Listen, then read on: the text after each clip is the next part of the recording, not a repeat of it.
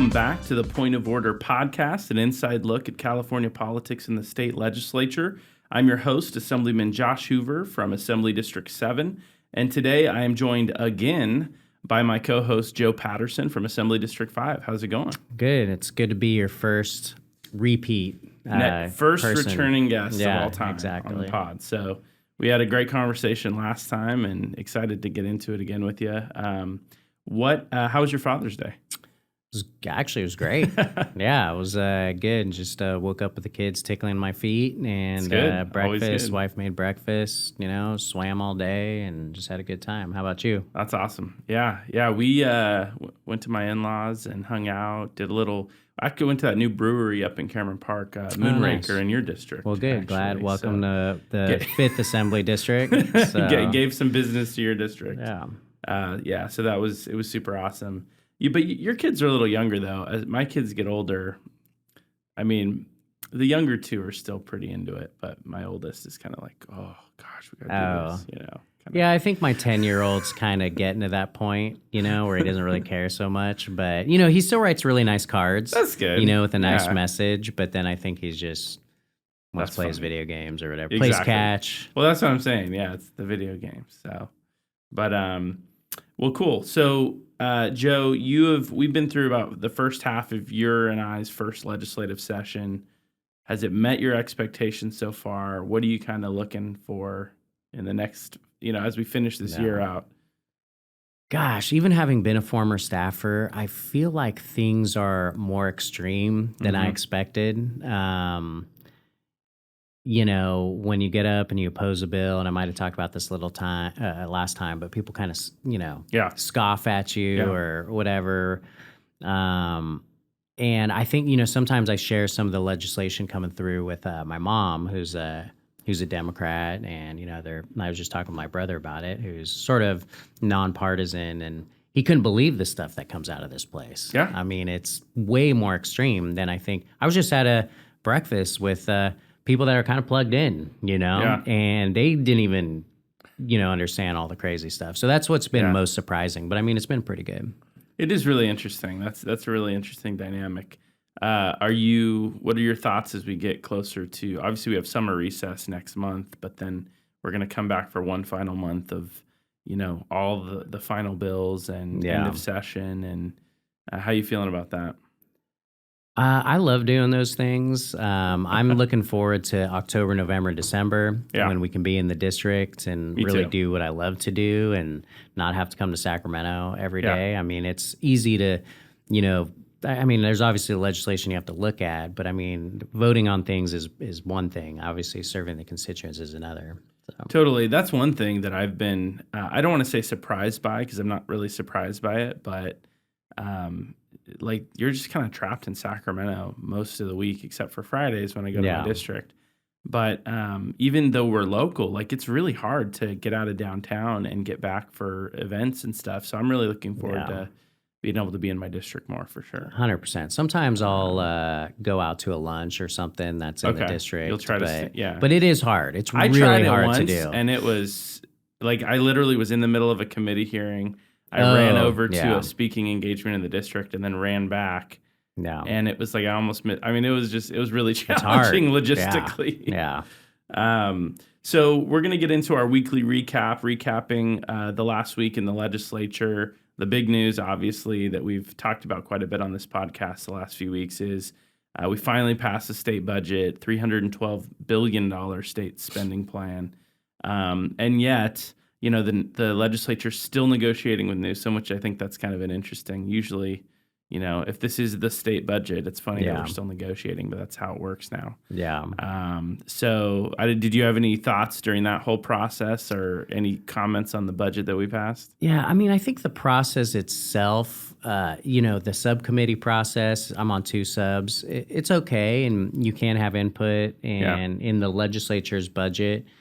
But we just approved a budget. I think that spends $6 billion more than what Gavin Newsom put out there, and then also that's on top of the fact that the LAO says we're going to have $9 billion less in revenue. Yep. So you're talking about the legislature just the other day created another $15 billion hole. That's incredible. That wasn't expected, just in May, and I don't understand how that works. So, all the transit funding that was $5 billion bailout that the state is proposed to give to transit. I just don't see that staying in there to that number. Yeah, it'll be interesting too. But it's just so weird because, about, I guess, over a decade ago now, the voters passed a proposition that made the budget a majority vote budget. So it used to be 2/3 was required to pass it.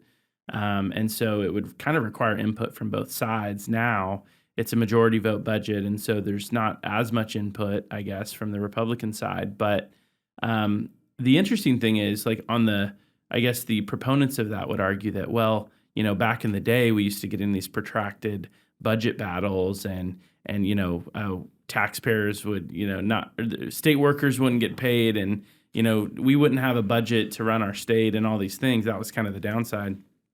Well, now we don't really have that problem anymore. But we actually kind of have the opposite problem, I feel like, where we pass a budget that's not even really done. I mean, it's like we literally are just checking a box because the proposition said if we don't pass something, we don't get paid. Yeah. And so it's like we're literally checking a box with just kind of whatever we just passed and then working out the details over the next final weeks. Exactly. I guarantee the budget would still pass if it was super majority and required Republican input, even though obviously there's more than even Democrats now. But I still think there would be a budget pass. It would just be more fiscally responsible because people would be required to meet that constitutional deadline, and people would be really motivated by wanting to get paid, right? And so you'd have to go through this process, but. This really is a two-party agreement. I mean, it's between Democratic leaders of both houses, and so that's disappointing. No, it is for sure. So definitely a broken process, but we'll see how these next couple of weeks shake out. And, we'll see when the revenues come in how accurate this budget actually is. Moving on, I know we've talked about this a lot on the podcast, and it's like every week there's a new story. So it's kind of hard to not at least bring it to the listeners. But some big city drama in these last couple of weeks, specifically. Well, if you want to include Los Angeles, there's also some big charges brought against the Los Angeles City Council member recently. We'll talk about what's going on in San Diego. But the biggest, I think, stories was, again, San Francisco.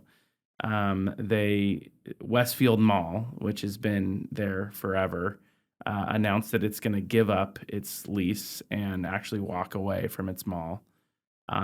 This was in line with news that Old Navy's flagship store there is leaving. Cinemark, the movie theater in the mall, is now actually, I think by now is actually closed. I think it closed last Friday. And then AT&T announced its flagship store closure in San Francisco, which is the 25th major store closure in Union Square since the pandemic. This is just since like the last podcast. I mean, this is, and I feel bad because every week it's like there's this new major story in San Francisco, and I just feel like it's spiraling. It's like it's really spiraling. So I didn't know if you saw any of those stories. Had a comment. Of course. I mean, you can't not hear about what's going on. But I think, Union Square. I mean, that's where everybody used to go to be a tourist and check out San Francisco. One of the many spots. And actually, one of the last times my wife and I stayed in San Francisco, we stayed in Union Square and we watched the Mayweather fight when he was. What's his name? The UFC fighter. Oh, I remember that I one. Can't believe I'm blanking on it. Conor McGregor? Conor McGregor. Yeah. So we stayed in Union Square at that time. It's just changed so much since then. I mean, San Francisco is a beautiful city. I think they said that a lot of the people that were arrested recently, that was another development. The city's putting a major sting on drug dealing and open air drug dealing. Yep. And, first of all, I think that's great. But secondly, they say a lot of those people are from outside the city, and that just goes to show when you have policies that are so welcoming to, people who do drugs and stuff like that, I mean, they're going to go there. So it's like they're trying to blame, oh, your cities are sending people to San Francisco. No, we're not. It's just they're attracted because they can do drugs in open air, you know? No, it's certainly, and, I think some of the leadership are making some excuses for this, but a lot of the companies that are leaving are actually citing the deterioration of that area, right? And so I think, there are probably multiple factors. I mean, I think Westfield, might be struggling in other areas. Like, I think, Mayor Breed has talked about the change in retail and things like that. Well, let's actually hear this. So the governor reacted to it because he was on Elix Michelson's show. And let's play this real quick, and then we'll get your thoughts on his reaction to the San Francisco spiral. You're not the mayor of San Francisco anymore, but you used to be. I haven't been for a decade. Right. And we see what's happening there. We do see businesses moving out for various reasons, but some of them saying they're concerned about the crime in the area. When you see that happening to your beloved city, what goes through your mind, and do you think something's going wrong there? No, I think they're struggling to recover from the pandemic. They're struggling to come back. They're struggling with the macroeconomic shifts, particularly as it relates to telework, as it relates to what's the future of a downtown. Is it stacking of offices or stacking of people? And they're in the process of rezoning and rebirth and reimagination. By the way, I've seen that in San Francisco for decades. Yeah. They're 2.7% unemployment right now. I'll repeat that, not 12 point or 27, 2.7% unemployment. San Francisco, you go to the city and you sit back, you go, why am I listening to the dystopian views? This place is spectacular, it's amazing. And yes, there is macroeconomic shifts. Westfield shut down a number of shopping malls in Florida. There's issues related to shopping malls. There's issues related to Walgreens and others that have shut down all across this country. Yeah. Everything in San Francisco, again, gets colored in and it's made 10x bigger. That said, I'm not denying the challenges there. That's why I put the National Guard in. That's why I put the CHP in. That's why I have dozens of projects the state is funding with focus and urgency in terms of beautification. And that's why I'm pushing the envelope to get these encampments off the street. Enough of the hand-wringing, they need to produce results. So it's a spectacular city. The state's a spectacular state. You count out San Francisco, you count out the Bay Area, you count out LA, you count out California at your peril. Eat your heart out, Germany. Again, we're well on our way to the fourth largest economy in the world. This is the state of California, not just state of dreamers and doers, but a state of remarkable resilience. So I think a little bit of denial there. I mean, I'll give him this. I've lost a mall, or I've seen a mall really become a shell of its former self in my district. So there certainly are, things happening to malls. Malls used to be kind of the place everyone went to gather, and that's just no longer the case anymore in a lot of cases. I think you've got a great mall, probably one of the few great remaining malls left in your district in the Roseville Galleria. But other than that, I mean, malls in general are kind of, on their way out, or maybe things are changing there. But I mean, it's not just that though, and I feel like, he says, well, when you go to San Francisco, this place is amazing. Well, there are things that are amazing, sure, but as a whole, I don't see it that way quite anymore like I used to. Yeah, I mean, people in San Francisco still need services. They still need to go out and buy stuff, and they still want to go to the movies. I mean, there's something more systemic about what's going on in San Francisco. The denialism is really strange. I mean, I think he's right in terms of, he did say, hey, look, I'm not in complete denial, basically, and said some of the things that he's doing, but at the end of the day, I mean, these businesses are telling you why they're leaving. They're not saying, oh, it's because of the pandemic or whatever. I mean, I think that's true with some of the corporate jobs, but even a lot of those are transitioning to other states, right? Yeah. So, we got to get serious about what's going on there. He's right. It is a beautiful city, and It's just been destroyed by various policies, Yeah, and it's funny, too, his comments on the encampment issue, right? We have to get people off the streets. Well, I agree with him, but he hasn't shown a lot of leadership on that at the legislative level. I mean, I had a bill that would have actually addressed that issue, created, encampment-free zones around sensitive spaces like parks and schools, which is something that a number of cities have already embraced.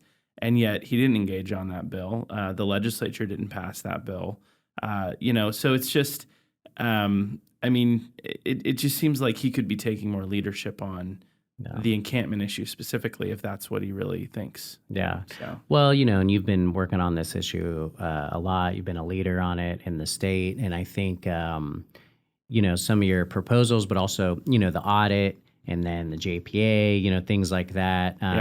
But, they all of these folks who were like, hey, let's just give treatment, do safe surrender sites, and that'll get rid of, and let's just throw money at the problem. Yeah, they're all changing their tune now. It's like 100% of them. Yeah, So. Well, and for so long we have measured, and the governor has done this too, but just in general, as a state, we have measured success by how many dollars we've spent on the problem, and yet the problem's only grown. Exactly. So that's not, we need to find a new way to measure success. So it's interesting because the mayors of cities are starting to respond.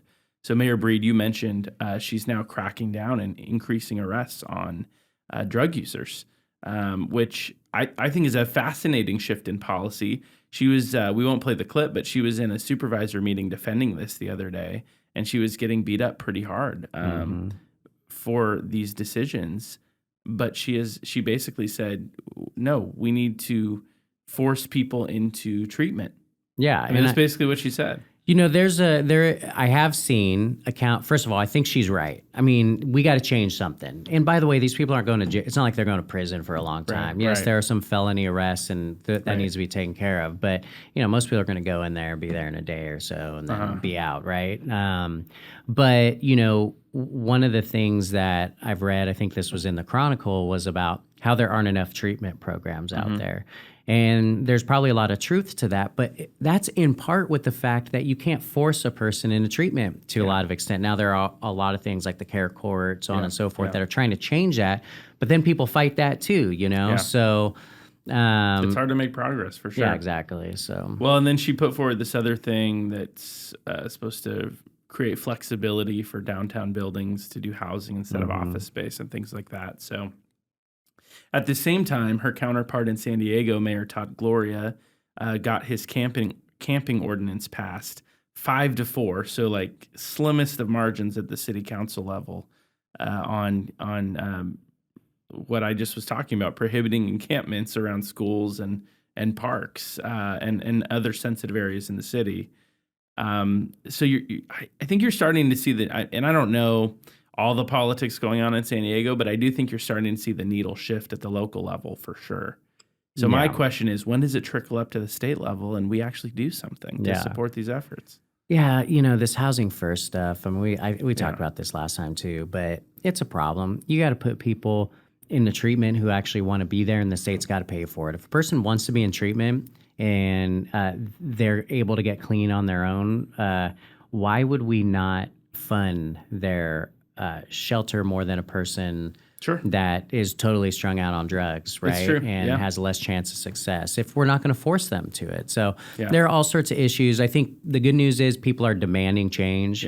And so I think that the majority party is sort of changing tune on that sort of thing. Well, and for the listeners who aren't aware, that money, those state dollars are ineligible to be spent on programs that require sobriety. Yeah. And I think that is a big it's not to say that every single program should require sobriety, but they should certainly be part of the solution and part of the equation. Right? You have a great program in your district that we may have talked about last time, but it's got like 75% success rate of getting, but it's for women and children. Yeah. And they don't want, people on drugs there because they got children there, right? Yep. But they don't get any state funding. It's crazy. But they have a huge success on getting people into permanent housing. Yeah, I think we got to look at that and look at obviously what's not working, because something's not working. But really, let's try to find the stuff that is working and invest in those. 100%. So, moving on to our looking ahead segment, looking ahead at kind of what's coming down toward the legislature the next few weeks. The big story, obviously, that I wanted to get your thoughts on too, is we're going to have a new Assembly Speaker take over this month. And so for the listeners, the current Speaker is Assembly Anthony Rendon. There was a deal worked out. Was that in like January or something, where there was a resolution that we voted on? It was I think it was, wasn't it our or first no, it was day? December. December It was 5th December, or whatever. you're right. Yeah. Yeah. So back in December, we voted, the legislature, I'd say the assembly, voted on a resolution to kind of create this succession plan where the speaker, Assembly Anthony Rendon, the current speaker, is going to serve through June. And then Assemblymember Robert Rivas from Salinas is going to take over at that point. And that point is now here. Yeah. We're about to see that transition actually happen. I know there was a lot of question marks about whether it would fully happen or not, but it looks like it's going to happen. What does this mean for California? Like, what are your thoughts on the transition, and like, what should we expect with this change? Hey, I don't have the foggiest idea what any of this means. Who's going to be chair of the committees? You know, I mean, I know the change. I'm confident the change is going to happen next week, but I have no idea, you know, what this means for California. You know, are we going to have the same chairs? Are those switching over? You know, how's Mr. Reeve? How long is he going to last? Is speaker, right? Is really important too, because you have new crops of people coming in. So this is going to impact how elections work out. You know, it's just the reality of how stuff works. So I don't have. I couldn't tell you how things are going to change. I really don't know, but we're going to start getting a sense of it pretty soon, because we got the second half of this session where there'll be a new speaker. Yeah, I think the big question remaining is, does he make a lot of changes mid-session or not? I think, you know, I've heard kind of, you know, both things, but I think it would make sense for there to be some continuity through the end of session at least, because it's only like 2 more months, right? But then after that, I think a lot of things are going to change. I mean, I think we're going to see chairmanships shift around. I think you're going to see some changes happen, which does impact Californians, because, you know, these committee chairs of these major committees have so much power in what legislation gets heard, what legislation moves forward, what legislation gets killed. And so I think what a lot of people don't realize is how powerful committee chairs are in California. It's incredible. They literally can take your bill and they can do whatever they want. Just not even have a hearing. Yeah. I think that's going to be, that is the biggest question for me is because Rendon was really new. Speaker Rendon was really new with whether the chairs can do the hearings or not. I mean, back when I was a staffer a long time ago, every bill got a hearing. So I think that'll be most interesting. But also, I do think you could do committee chairs mid-session, because we are really wrapping up policy committees. I mean, we got to.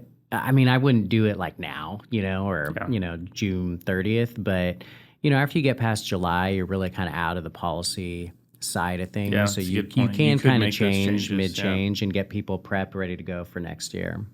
That's a good point. You know, I think the other interesting dynamic to this discussion is kind of where Assemblymember Rivas is from, right? He's from Salinas, kind of this central coastal district, but a lot more rural than we traditionally see from a speaker of the assembly. Not LA, not San Francisco. I think that part of this whole discussion is really fascinating, because so much of our politics, I think, in the legislature is dominated by those urban cores, right? And he doesn't come from one of those. So, I think he might have grown up in the Bay Area. I can't remember, but I mean, the point is that he represents a very different community. And so does that change how we approach policy in any way in California? My hope is that it kind of does, because I feel like rural Californians as a whole just get completely left out of the discussion. They're underrepresented. They get forgotten about. So I would like to think that, or hope that he might have some, you know, tie to those folks that might help inform policy in a better way. Yeah, it'll be interesting. He's got an interesting background, and you know, I look forward to working with him where we can. You know. Yeah, absolutely. So it'll be interesting, something to watch. We'll have to keep people up to date in future episodes. All right, transferring to our Just for Fun segment of the show.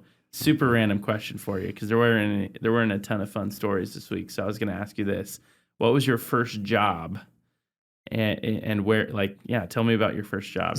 Is there anybody who didn't either have a paper route, because you know they used to have those when I was a kid? Yeah. I mean, you know, or didn't work in a restaurant or something? I mean, I think that was. I mean, I worked in a little local diner. I think right when I was able to get my work permit. Yeah. You know. What was that? How old were you? Like 15, 14 or Wow, something. okay, Yeah. So I've basically been working since then. Nice. But and at that time, I think a minimum wage was $4.25 an hour. Yep. That So sounds about right. and then You started before I did.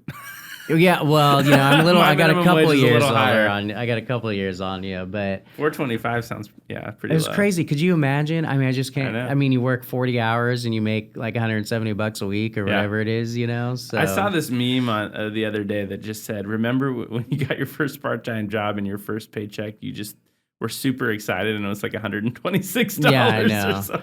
Exactly. Yeah, the paper route was like a sub minimum wage job. I mean, the amount of time you had to wrap up papers. Did you do like a doors. bike or like what's a I paper kind of like route split look it. I think at the time you like split it up with friends. Okay. You know what I mean? And then you would just, I don't even know how much we made, like $100 a week, maybe or something. And then we would just split it between the guys, and we'd go out to Jack in the Box or something. So That's pretty cool. it's hard to. I pretty can't good remember deal. what it is, but that was a fun That's gig. cool. So a diner and a paper route. Correct. Were probably your first jobs. Yeah, those are my first. Nice. What about you? Yeah, my first job, I think I was 16, and it was Target. So I was a cashier. Okay. So pretty. They let you handle cash. Yeah. Oh, They good. were. I don't know. That's what they hired me to do. So. Yeah. Target's I actually know a lot of people who worked at Target, and they've kind of worked their way up. Yeah. And there's this one guy who's a store manager actually in my district who I've known for a long time, but he kind of, he started there and now he's doing what he's doing, and I think that's pretty cool. It was actually funny because I had 2 job offers at the same time when I was 16. One was Big Five. And which I thought would be cool because I love sports and it'd be fun to work in sporting goods, although that's probably not as fun as it sounds. Yeah. And then Target, but Target was willing to pay me a quarter more per hour. And I'm like, well, this is just a no-brainer. Yeah. I mean, you got to go with Target. What is that, like $10 a week more or something? I mean, At that you could time, buy a it was a Happy ton Meal of for money. like $3.50 or something. They were paying a quarter above minimum Yeah. wage, and I was like, I'm in. Yeah. I'm going with that one. When I look at jobs now, what I see in my community is kids are doing sports, all this stuff. Like, I do know a lot of kids with jobs. I mean, this isn't a blanket statement, but it's so much harder. It is. You have travel sports, you have all this stuff. It's so much harder for kids to have jobs, and Yeah, I agree. I think it's good for them, though. I think they should have jobs. I think a job is good. Yeah, I mean, even if it's a cashier or, I was a server at a restaurant for a long time. I was a delivery driver. That's kind of one of the ways I got to know my district so well. I used to deliver pizzas for BJ's in my district. Yeah. Pete BJ's Brew House or whatever. Yeah. And I was the, one of our drivers. Actually, I won't name him, but a staffer, current staffer in the building, and I worked together there. And we used to roll silverware and debate politics, and now we're both in the building. It's pretty funny. That is funny. But we both live in Folsom. But yeah, that's how I got to know all the streets, like precinct walking and everything. Like I know all the streets because I used to deliver pizzas everywhere. That's great. It's kind of a cool story that you basically were raised in the district. Yeah. So I mean, a lot of people cannot say that. I mean, me included. I mean, I've lived in Placer County since 2008. So, I mean, it's not like it's a short amount, 15 years, but, you have so much experience in the district. So, yeah, no, it is pretty fun to kind of have those memories too. Yeah. But, well, good stuff. Well, we'll keep working on that. I think, our employers certainly need more workers. So maybe these teenagers can make such good money now too. Like, my gosh, I was just talking with one of my relatives, and he was saying, he was telling me how much he made, and I said, hey, like everybody's looking for employees right now. Yeah. Like, go get another job where you can make twice what you're making. I mean, it's so hard, even in my own office. I mean, it's hard to find people. I mean, when I started as a Capitol staffer, granted it was a long time ago, I mean, you didn't, No, yeah. when you came out of college, you got paid. Well, you got paid, but now there is demand for employment everywhere for good quality people, and so it's hard. It's hard to pay with our, especially Republican budgets. Yeah, exactly. So no, you're absolutely right. Well, let's do our final segment here, our clip of the week. we talked about this a little before that we were going to talk about this, but there was a bill hearing this week, ACA 7. This bill, for the listeners, just to summarize, it would. What's a good way to describe it? I mean, basically, the California Constitution is very clear, and I'll read you the Constitution as it currently stands.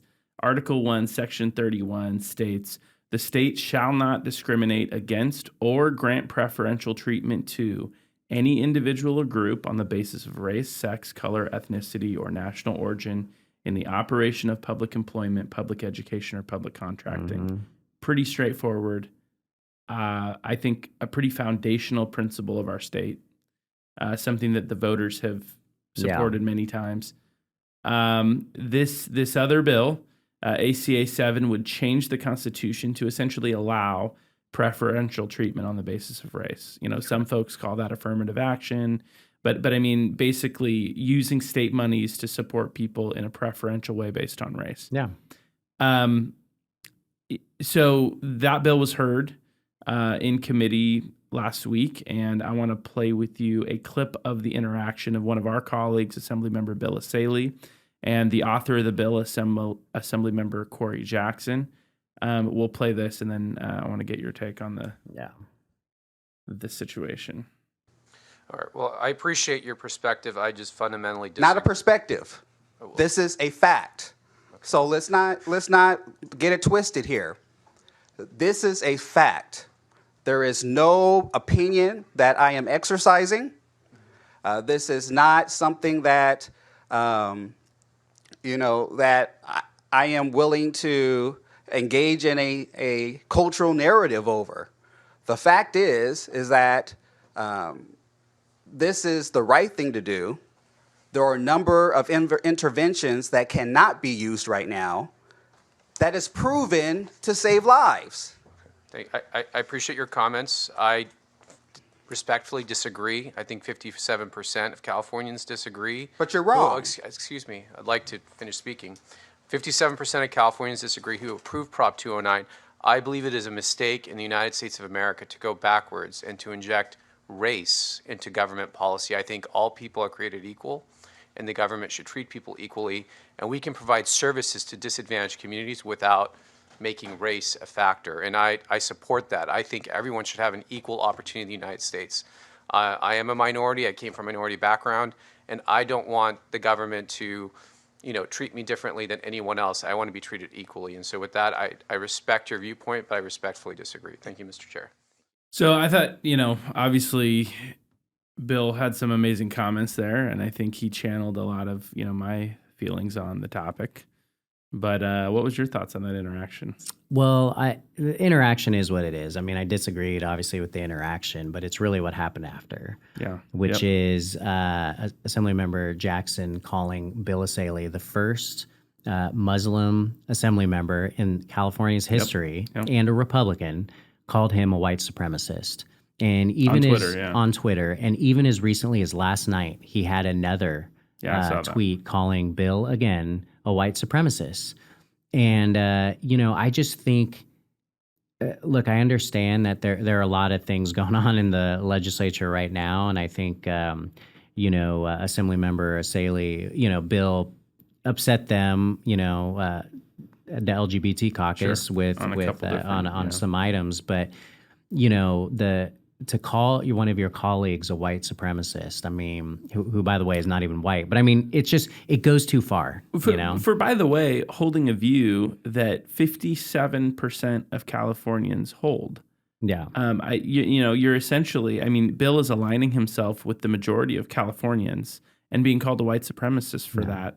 So are we calling 57% of Californians white supremacists because, they don't believe that you should be treated differently based on your race under the Constitution? Yeah, exactly. I mean, this is such a fundamental, I think this is such a difficult topic for me because it's so obvious to me what the right answer here is. Yeah. And Californians have, in my district, it was more than 57%. I mean, 60% of my county voters opposed. So there was, just to give a little context here, there was Prop 209 back in the 90s that I believe got rid of affirmative action in California. Then it was attempted in like 2020 to be repealed by another proposition. Or changed by another proposition, and voters rejected it again. Yeah. That was the 57% that he was referring to, was the voters that rejected it in 2020. Yeah, and it's interesting because I think a minority of Californians are Caucasian now. So True. There were a Yeah. lot of feelings about this with, Yeah. I think Asian American community Absolutely. really Yeah. got in an uproar about this and saw the impacts. But just to be dismissive and say that Bill's wrong, whatever, that's a policy debate, totally inappropriate even in a policy debate like that. But the white supremacy thing afterwards is what drove me nuts. Is he calling 57% of people white supremacists? I assume no, but you know. And even his own district voted, to Yes, reject that proposition. The author's own district. Yeah. I know my district is strongly opposed to that, to this policy. Yeah. This policy change, and I'm sure that would apply to this bill as well. Yeah. So yeah, it's really frustrating. I think it's what we talk about a lot in this building and in the legislature is we have to be able to have a productive civil dialogue. Yeah. That's not what this was. Yeah. We have to be able to share ideas without calling each other names. Amen.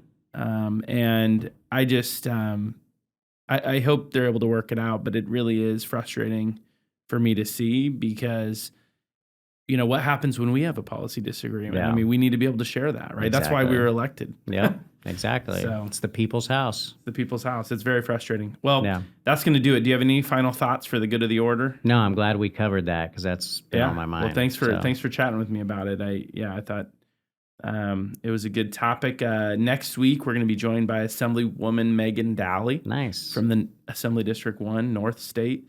If you have any ideas for future shows, you can email us at pointoforderpod@gmail.com. You can watch and subscribe on YouTube at Point of Order Pod. Follow the podcast on Twitter, Instagram, and Facebook at Point of Order Pod. And you can follow me on Twitter at Joshua_Hoover and Joe on Twitter at Patterdude. That's right. Which we still didn't get into that story. So maybe next time we'll have time. to do that.